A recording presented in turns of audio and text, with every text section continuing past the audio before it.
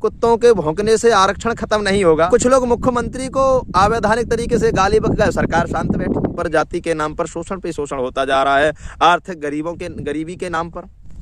नमस्कार दोस्तों, आप लोगों के लिए बड़ा भ्रम में नेता लोग डाल देते हैं।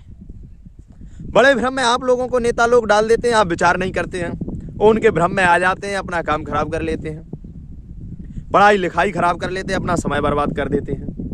साथियों, काफी समय से एक चर्चा हम सुन रहे हैं, कुछ कुत्ते भौंक रहे हैं आरक्षण के ऊपर।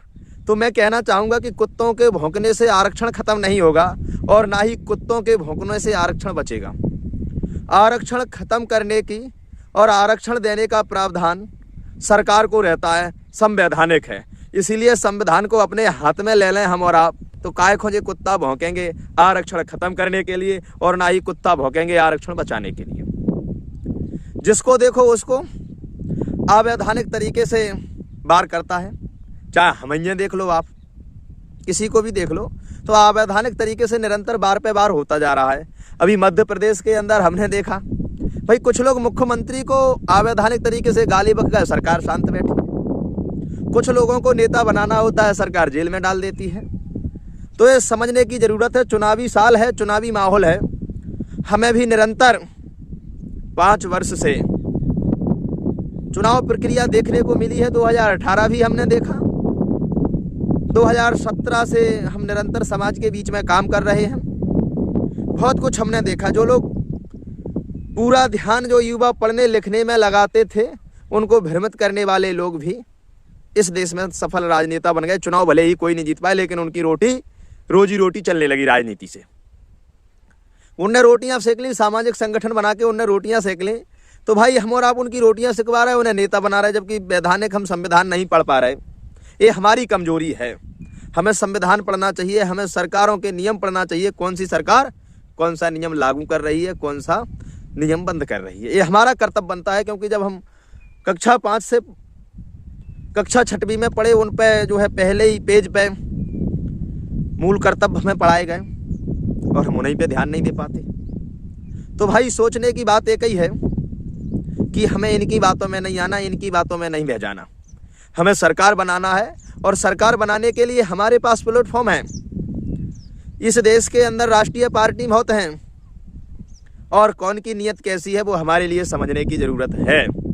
और हम नहीं समझ पाए तो हमारा निरंतर शोषण होता रहा है। 70 सालों से निरंतर शोषण होता रहा। उस समय जो सपना शहीदों ने देखा, उस समय के महापुरुषों ने देखा, उन पर हम खड़े नहीं उतर पाए। इसका कारण है हम जागरूक नहीं हो पाए। हम भ्रमित जल्दी हो जाते हैं, हम जागरूक नहीं हो पाते। हम अपने नेता को नहीं समझ पाते, जो समय समय पर वाणी बदल देते, जो समय समय पर विचार बदल देते, जो कहते कुछ करते कुछ, उन लोगों की बातों में हम आ जाते हैं। तो हमारे भारतवासियों का शोषण होता है। किसी भी समाज का कहें, किसी भी सांप्रदायिकता का कहें, ये हमारा सांप्रदायिकता के नाम पर, जाति के नाम पर शोषण पे शोषण होता जा रहा है, आर्थिक गरीबी के नाम पर। और इससे हमें मुक्ति चाहिए तो हमें अपने विचारों वाली सरकार बनानी होगी। सरकार बनाने पर जोर लगाना होगा। भौंकने वालों कुत्तों की बातों में नहीं आना होगा, जिनका कोई सारांश ही नहीं, कोई संगठन ही नहीं, जिनके पास 1 फुट जमीन नहीं, एक विधायक नहीं, एक सांसद नहीं। उनकी बातों से हम भ्रमित होते रहेंगे तो हम पर बेमतलब के केस लगेंगे। हमें चुनाव प्रक्रिया को समझने की जरूरत है, क्योंकि असली रास्ता चुनाव से निकलता है। और जब हम चुनाव प्रक्रिया को समझ गए तो हमारे सारे दुख दूर हो जाएंगे। हम मेन समस्या के समाधान की बात नहीं करते, हम चुनाव पर बात नहीं करते। जब हम चुनाव पर बात नहीं करेंगे, राजनीति पे हम बात नहीं करेंगे, तो ये संभव है कि शोषण हमारा होगा। हम राजनेता को नहीं समझ पाएंगे तो ये संभव है शोषण हमारा होगा। और जो लोग हजारों वर्षों से अत्याचार करते आए हैं, उनका तो कर्तव्य बनता है कि भाई वो अत्याचार करें, क्योंकि वो हजारों वर्षों। लेकिन अत्याचार ना हो, इसके लिए लड़ाई लड़ने का कर्तव्य हमारा भी बनता है। जो लोग हजारों साल से अत्याचार करते आए वो सरकार बना लेते हैं, और हम पर हजारों साल से अत्याचार होता आया है, हमारी संख्या ज़्यादा है, हम सरकार नहीं बना पाते। इसका कारण क्या है? तो इसका कारण है कि हम उस पर चर्चा ही करना नहीं चाहते हैं। चुनाव के समय हम चर्चा ही नहीं करना चाहते कि कौन सरकार हमारी बन सकती है कि नहीं बन सकती। साथियों, हम हर जगह सरकार बना सकते हैं, चाहे उत्तर प्रदेश हो, मध्य प्रदेश हो, राजस्थान हो, छत्तीसगढ़ हो, भारत के जितने भी राज्य वहाँ पर हमारी सरकार बन सकती है। हमारे पास राष्ट्रीय पार्टी भी है, लेकिन हम भड़क जाते हैं। किन लोगों के भड़कावे में आ जाते हैं? जिन लोगों के पास 1 फुट जमीन नहीं है, जिसे भारतीय जनता पार्टी और कांग्रेस के लोग चलाते हैं। जब हम उन लोगों के भड़कावे में आते रहेंगे, उनकी बातों को सुनते रहेंगे, तो ये यथार्थ सत्य है, शोषण हमारा होगा। लोग हमें, जिनने अत्याचार किया वो हमें गाली देंगे, उनका कर्तव्य बनता है गाली देना, क्योंकि उनकी सोच वही है, अत्याचार करने की तो देंगे। लेकिन हम न्यायप्रिय लोग हैं, और न्यायप्रिय लोग किसी जाति धर्म देख कर नहीं होते। न्यायप्रिय लोग राष्ट्र को देख करके होते हैं, देश को देख करके होते हैं। हमें न्याय की मांग करनी है। न्याय की मांग वोट से बेहतर कहीं नहीं हो सकती। हमें वोट को सही जगह देने की जरूरत है। आज पूरे मध्य प्रदेश में देख लें, हम जिस समाज से बिलोंग करते हैं, उस समाज के युवा ज्यादातर नौकरियों में, 2017 के पहले 2018 का एक सामाजिक आंदोलन हुआ, उसके पहले ज्यादातर हमारे युवा नौकरियों में जाते थे।